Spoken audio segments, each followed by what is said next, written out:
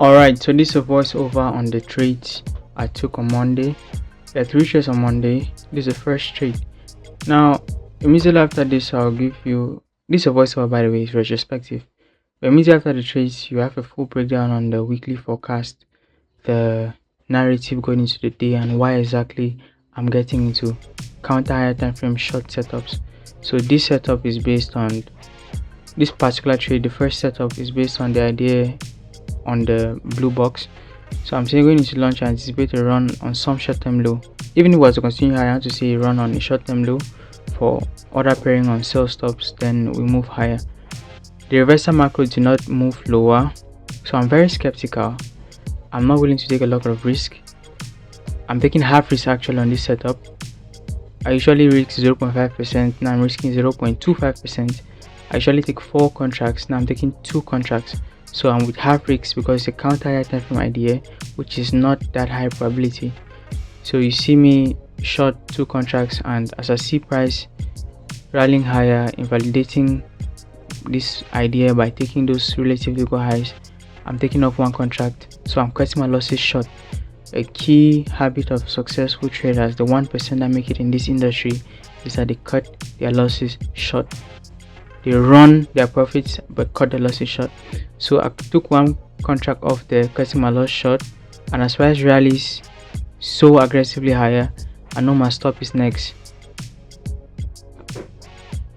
and I'm just giving it a chance. But ultimately you see me cut it off, and I get stopped out right there, and the first trade is done. So this is the first loss of the day, and launch is not the place where we have this run on sell side liquidity. Now this is second trade setup. This is happening just at market on close macro. Market on close macro stands from 3:15 to 3:45 p.m. New York time. So the time is 3:24 and I'm taking this short. I'm shorting ahead of the 3:45 period and also the head of the 3:50 period. You see the lines delineating those times. The first vertical line is 3:15, second is 3:45, and the third is 3:50, where I expect massive displacement. So I have those lines on the chart, and my idea is to short, putting my stop loss above the CB, which was just respected. Now my stop is above the CB. I'm entering with a market order around the point at which we have a chase instead of delivery on this 1 minute chart. After we see that wick higher and was rejected, we see a move lower, and then as it retraces, I'm considering that as a chase instead of delivery. Now I'm looking to short and target the sell side liquidity available after 10 a.m. in the morning session. So I'm looking at 10 a.m. the same levels I was targeting at during lunch. I'm targeting them now as well, and I see low hanging fruit objective, short term low, and then there's the lows post 10 a.m. That's where my short is based on, and as you can see, I'm holding on. I've extended these 2 arrays, these 2 gray shaded arrays. They're extensions from the, if you look at the New York games and you see them, there is BCs. So I've dragged them up to market on close, and you can see price, it inverted the first one and gave me basis for shorts, but now it is respecting the bottom one and moving higher towards my stop loss. So I draw out that premium wick, and I'm waiting to see the price respect lower portion of it, the price stay in the lower half, and I see price trading higher into mean threshold, or rather consequent encroachment, and I finally get stopped out. After getting stopped out there, I entered this trade. This is the third trade of the day. I entered this just before 1 minute before 3:50. You saw 3:50 on my chart. So 3:50, you saw that candle trade a bit higher and then massive displacement lower. As it trades lower, I'm targeting low hanging fruit. When low hanging fruit objective is met, I'm looking for the short term low, and my terminus is at the 10 a.m. sell side liquidity pool.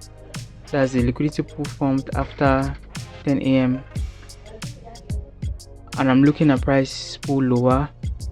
I'm in with 1 contract, just 1 contract.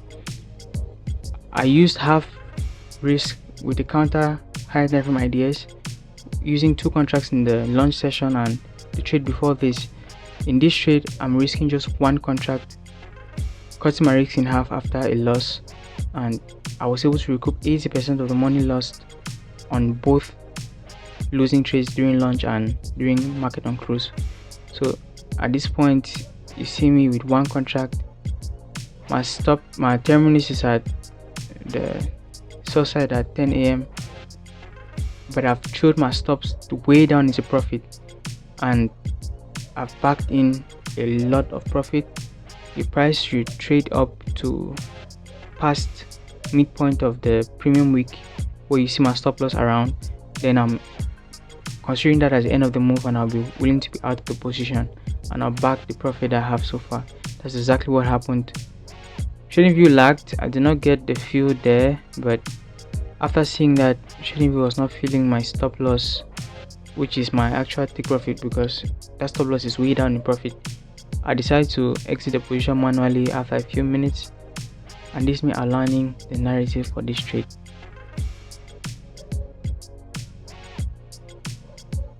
So right there, I close it and I'm out.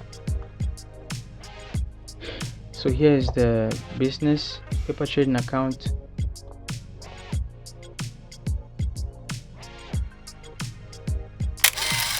Welcome back. This is the weekly outlook for this week.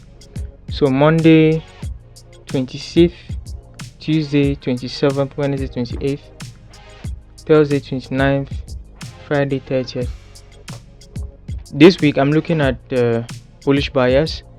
On the weekly chart, you can see we have rejected low of weekly discount week last week, and this week we have rejected this previous low, weekly low, and we're rejecting higher, taking previous week's high, and we're aiming for 26,123 and 3/4.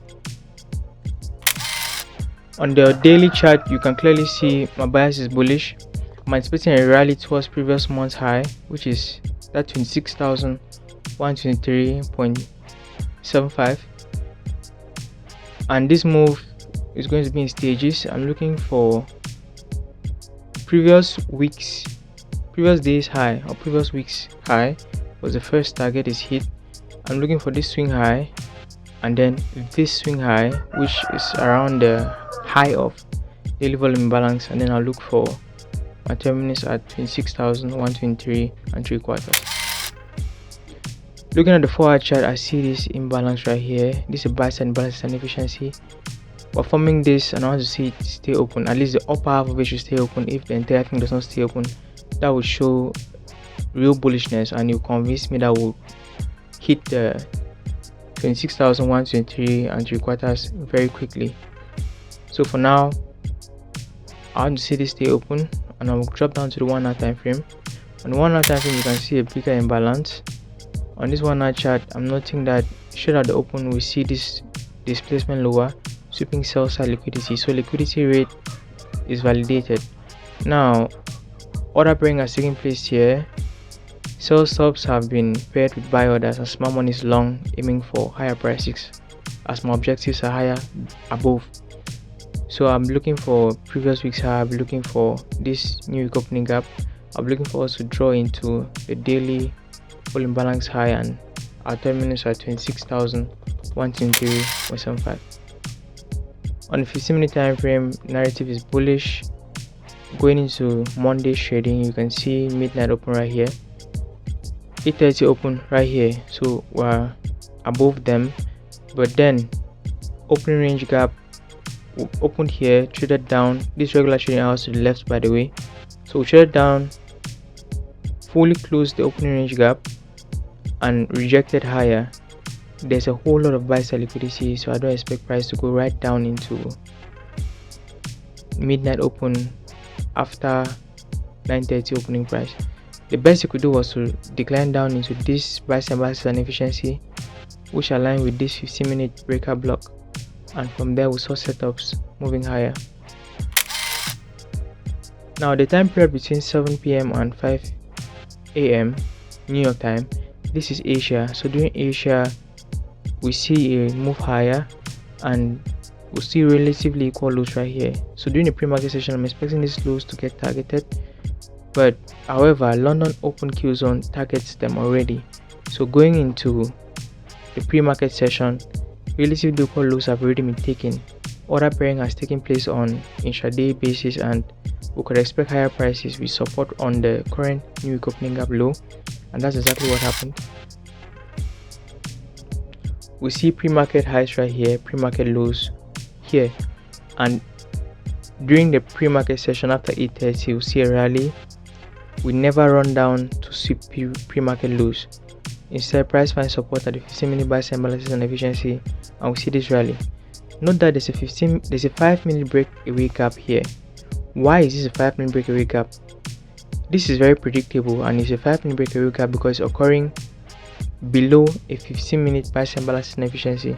So if you have a 15-minute array and you have a lower time frame array just below it, it's likely that that lower time frame array is not traded to, because price will want to stay in the upper half of the higher time frame array. We see a rejection of that 15-minute PC, and we see this down close candle from a bullish order block. Price drops down, rejects that bullish order block at its consequent encroachment perfectly. This is exactly how you want to see mean threshold of a bullish order block respected. It has to be aggressive, it has to be instant, or else the trade is not high probability.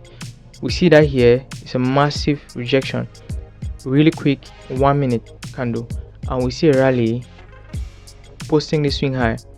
Price later retraces, does not hit the 5-minute breakaway gap, so the breakaway gap actually forms and stands, and we see a further rally coming in here. We see a price and balance and efficiency on the 15-minute time frame again. We're looking for a retracement, and during the 10 a.m. silver bullet hour, price retraced right here but did not get into this array, so we have breakaway gaps. And after that, we saw a rejection higher. Price is drawing up into buy side and is getting to our first target, which is a new week opening gap. Previous week's high has already been taken. On regular trading, as you can see, New York AM high, New York AM high. These are old regular trading hours liquidity pools. So price is running into them, and at the reversal macro, price is unwilling to reverse. Price is unwilling to go against these sell stops. That's indicative of further higher prices. That's indicative of a strong bull market. So we see this relatively equal highs right here that swept. It's possible to see a retracement low and launch to take this swing low, or this sell side liquidity pool after 10 a.m. and when we take that, we can expect higher prices, but an afternoon move could be likely to run down this low. That may not happen because it is lower probability. That is a counter higher time frame idea. Higher time frame bias and objective is bullish. Now we have the launch session. This is the idea I took into the launch session. I'm going to launch. I was anticipating a run on some short-term low before a continuation higher. So I'll be stocking NQ for a 15-minute or 5-minute change instead of delivery bearish. That's exactly what I was looking for going into launch. Launch starts at 11:30, ends at 1:30, so it's a 2-hour window. This is the rally that took those relative equal highs. Price broke down. It actually successfully inverted the 5-minute fair value gap and I sold short. Unfortunately, I got stopped out, and then we saw this choppiness and consolidation going to the end of the day. Price did not sweep this morning sell side liquidity pools I was looking for. What does that mean? Market on close macro will be primed to execute that move.